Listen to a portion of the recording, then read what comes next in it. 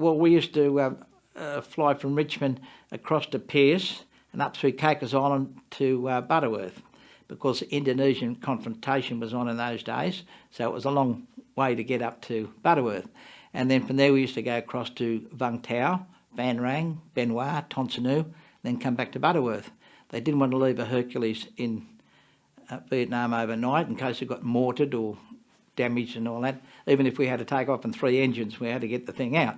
Well, this particular time we're coming into Vung Tau and we got a wing overheat, which is a pretty dangerous thing to have. And we landed there and I took the cowls off on the right wing where the overheat was and found that the heat exchanger had a crack in it.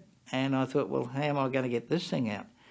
So I asked if they had any asbestos matting and they said yes. So they brought some to me and I wired it over the leak and started it up and checked it, and it didn't send the detector off. So I put the cowl on. We flew back finally all the way to Richmond without any incident. And then it took them 2 days to change the heat exchangers to fix the problem.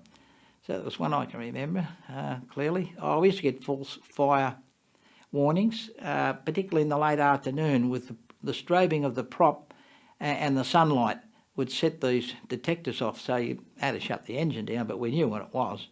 But they finally overcome it with better detectors and that sort of thing.